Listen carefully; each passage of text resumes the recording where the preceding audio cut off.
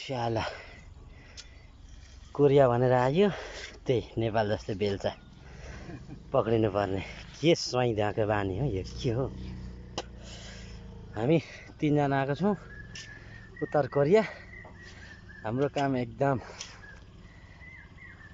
यो कोरिया भनेर हुँदैन रहेछ है साथी हो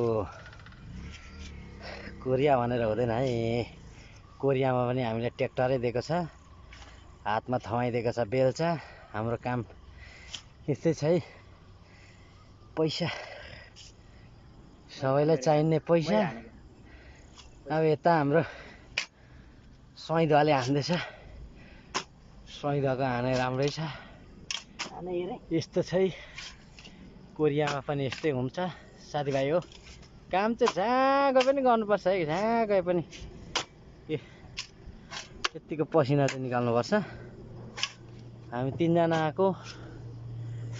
हाम्रो नेपालबाटै पेसेर आएको भिजिट भिसा भनेर हामीलाई बगरमा छोडेर राखिदियो हामी 3 जनालाई जङ्गलै जङ्गल छ सिरुबारी छ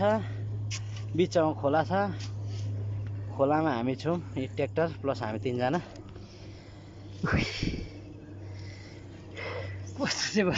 जुङ्गा त मठार्नु पर्यो नि हो